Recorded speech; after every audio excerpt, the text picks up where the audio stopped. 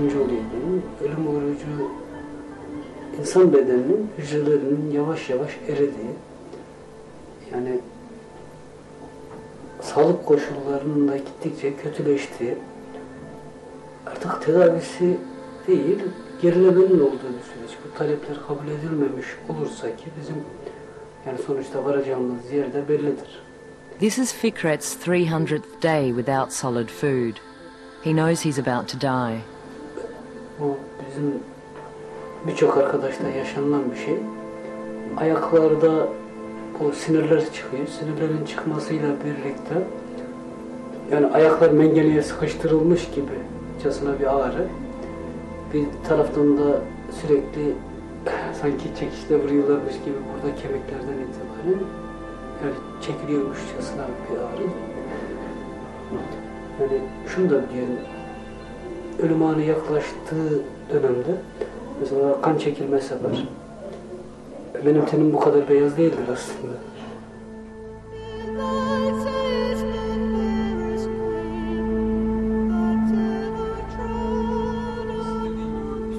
Across Turkey, more than 100 members of outlawed communist groups are starving themselves to death. 50 people have already died in the longest-running hunger strike in history. This protest has become the latest battle between the state and the radical left.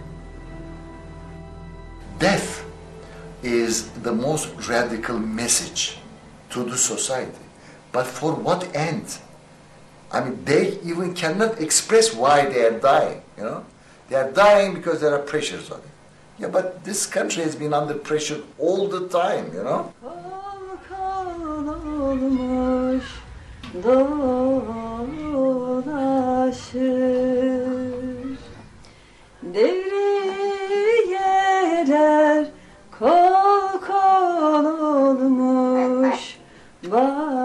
Fikret and Deniz are typical of the hunger strikers.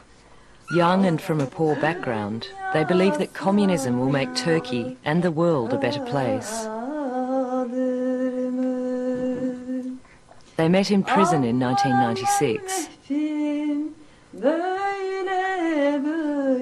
Biraz önce söylediğim gibi politik kimliğimden dolayı cezaevindeyim.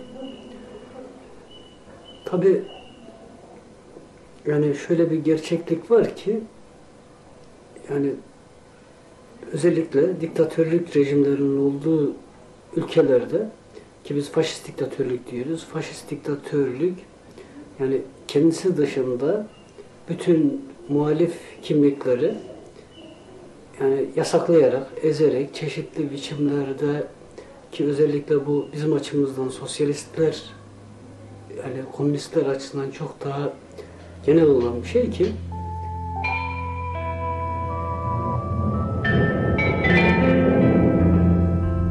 some members of these groups advocate armed revolution and are responsible for carrying out violent attacks. Fikret and Deniz, however, were imprisoned for taking part in a street protest for free education. They were charged with being members of a terrorist organization. Aslında çok da fazla şaşırtmadı diyebilirim. Yani çünkü Türkiye'de bu çok sık rastlanan bir durum. Bir yanıyla her türlü demokratik talep ve bunun karşısında yürütülen, bunun için yürütülen mücadele, işte gözaltı, işkence, cezaevleri ile karşılaşabilme riskini kendi içerisinde barındırıyor. Bu yanıyla bunun bir yanıyla hazırlıklıydım diyebilirim. Turkey has a long record of human rights abuses and a total intolerance of dissent. Radical left-wing parties are banned under the Turkish constitution. The whole system is based on not to be criticized. When it's criticized, it starts, you know, crumbling down on the edges. And they are very afraid of it, you know. Every authoritarian system is based on not only repression, but fear as well. Fear on the side of the more advantaged groups who want to preserve their privileged positions. It's this extreme repression that has led to such an extreme form of protest. Very few of those imprisoned as terrorists are actually guilty of any violent crimes. Ancak bir istatistik yapmak gerekirse şiddeti insanlar üstünde ve insanların mekanları üstünde, yani kullandıkları, yaşadıkları mekan üstünde bir hareket olarak algılar isek, bir direkt eylem olarak algılar isek en fazla %30-35 gibi çıkabilir.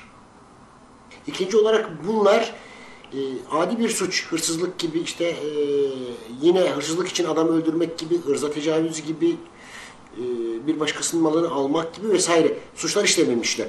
İdeolojik bir sebeple yola çıkmışlar ve kolay kolay ideolojilerinden vazgeçmiyorlar.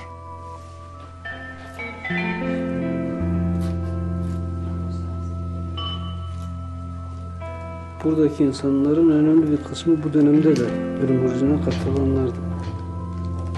22-year-old Deniz first decided to go on a hunger strike in prison when he received a letter from his sister. The words "I love you" had been blacked out.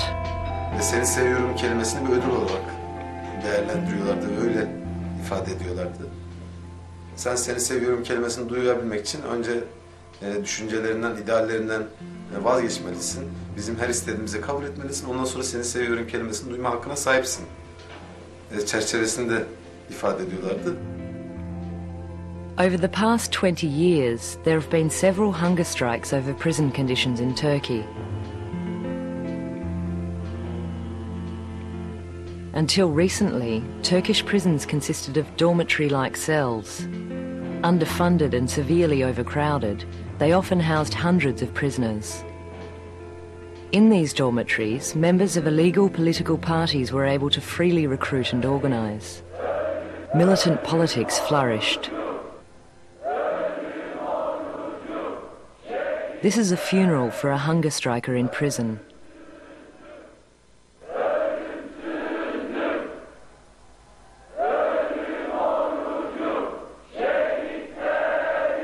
The government dubbed these large cells schools for terrorism and claimed they had lost control of their prisons. Moreover, other inmates who are brought in are socialized in those criminal groups, and rather than being, in quotes, cured, and habilitated, they come out as criminals or political radicals as well. 2 years ago, the government began to build new F-type prisons, which would house only 1 to 3 people per cell. It was this decision that was the trigger for the latest hunger strike. F-type prisons are the modern type prison systems which you all have in your own countries.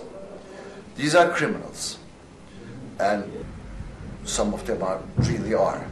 So what we are doing is, we are doing two things. First of all, breaking down the ward system, which created that very suitable environment for the perpetuation of criminality and radicalism, which is true.